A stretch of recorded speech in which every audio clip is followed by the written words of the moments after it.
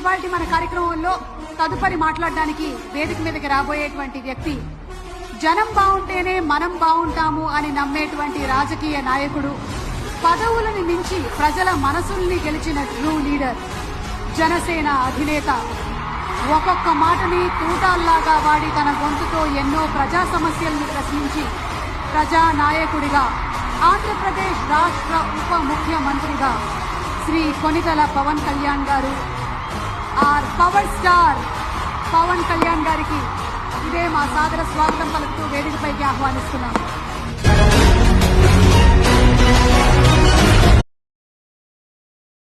ప్రేమగా బాలయ్య అని పిలువంటారు కానీ నాకు ఆయన ఎప్పుడు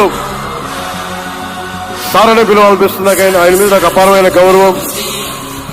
ఎవరిని లెక్క చేయని వ్యక్తిత్వం, తను అనుకున్నది బలంగా ముందుకు తీసుకెళ్లే వ్యక్తి.